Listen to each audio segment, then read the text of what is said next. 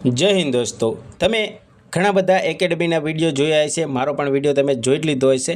દોસ્તો આપણે બધા જ એકેડમીના વિડીયોનો કટ ઓફ એટલે કે બધા જેને જે કટ ઓફ આપ્યું છે તે બધા જ કટ ઓફને લઈને એક આપણે બધા જ એકેડમીમાંથી સરેરાશ કટ ઓફ એટલે કે સરેરાશ આંકડો કાઢવાનો છે કે જે બધા જ વિદ્યાર્થી માટે સેફ હોય। એટલે કે તે આંકડો જે આપણે કાઢશું તે જે લોમાંથી લો અને અપમાંથી અપ એટલે કે વચ્ચેનો આંકડો કાઢશું એટલે કે સરેરાશ આંકડો કાઢશું દોસ્તો આપણે। એટલે કે દોસ્તો જો પહેલાં આપણે બધા જ એકેડમીનો જે શું કટ ઓફ આપ્યું છે તે આપણે ફટાફટ આંકડા જોઈ લેવી અને તે બધા જ આંકડામાંથી આપણે એક સરેરાશ આંકડો કાઢી અને પછી આપણે મેરિટ જોઈએ ગર્લ્સનું અને બોયઝનું કેટલું રહી શકે છે। અને દોસ્તો હજી એક વખત કહી દઉં, આ મારું નથી કે કોઈ વિદ્યાર્થીનું કે કોઈ સરનું નથી, આપણે બધા જ આંકડામાંથી એક સરેરાશ આંકડો કાઢવાનો છે અને તમને ખ્યાલ આવી જશે વિડીયો જોશો એટલે કે કઈ રીતે આપણે આંકડો કાઢીએ છીએ। તો ચાલો જોઈએ પહેલાં આપણે બધા જ એકેડમીના આંકડા એટલે કે સરેરાશ કટ ઓફ જે 2000 કોન્સ્ટેબલ કે 2025નું કોન્સ્ટેબલનું પેપર આપ્યું પછી બધાએ આંકડા આપ્યા હતા તે।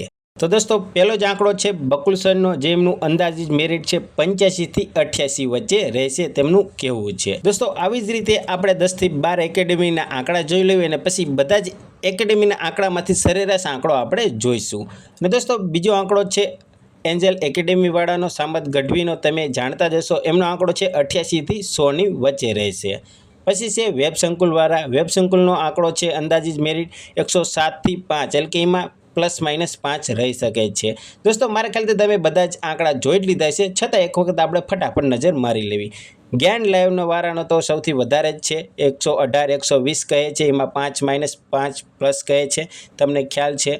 પછી આવે છે નીરજ ભરવાડ સર, જે તમે પણ ઓળખતા જશો બધા, એમનો આંકડો છે 93 થી 95 ની વચ્ચે ±5, એ તમે જોઈ જ લેજો, બધામાં ±5 હશે, તે પ્લસ અથવા તો માઇનસ। પછી છે જીસી વાળા, જીસીએસ સુરતવાળા સર, એમનું 111 છે ±5।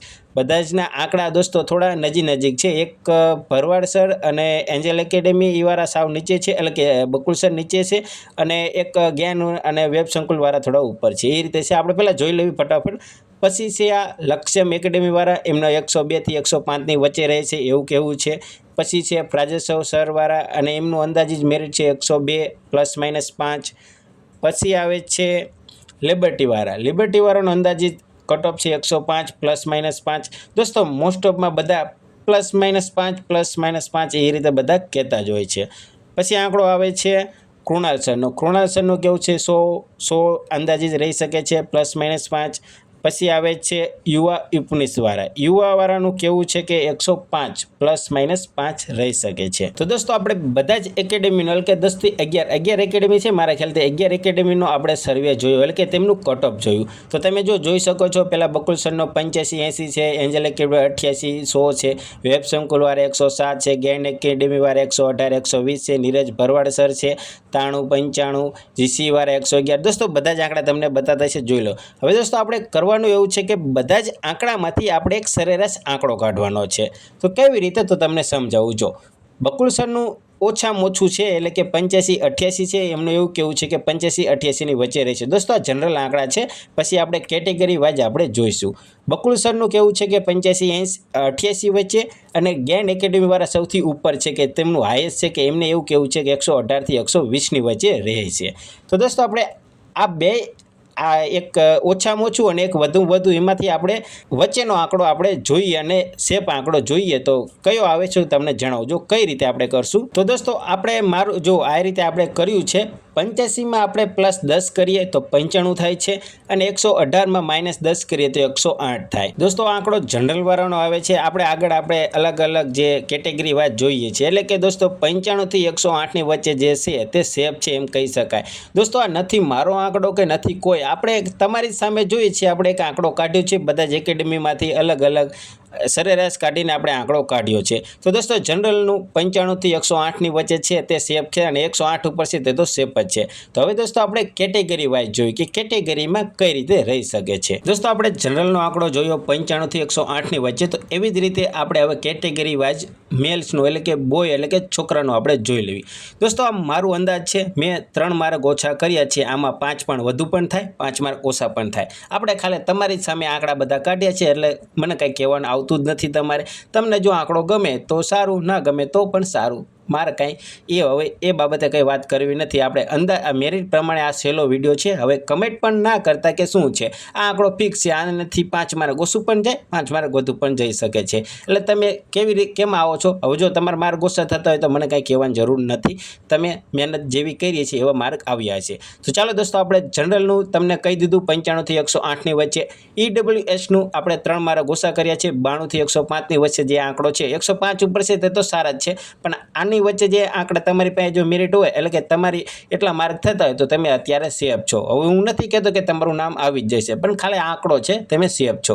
ઓબીસીમાં 89 થી 102ની વચ્ચે, SCમાં 86 થી 99ની વચ્ચે, STમાં 81 થી 94 વચ્ચે, 81 પ્લસ એટલે કે 181 થી 94 વચ્ચેવાળા સેફ છે. દોસ્તો આંકડો ખાલી મેં આપ્યો છે, આનાથી ઉપર પણ જઈ શકે, નીચે પણ જઈ શકે. હવે તમારે જોવાનું છે કે તમારે કેટલા માર્ક થાય છે.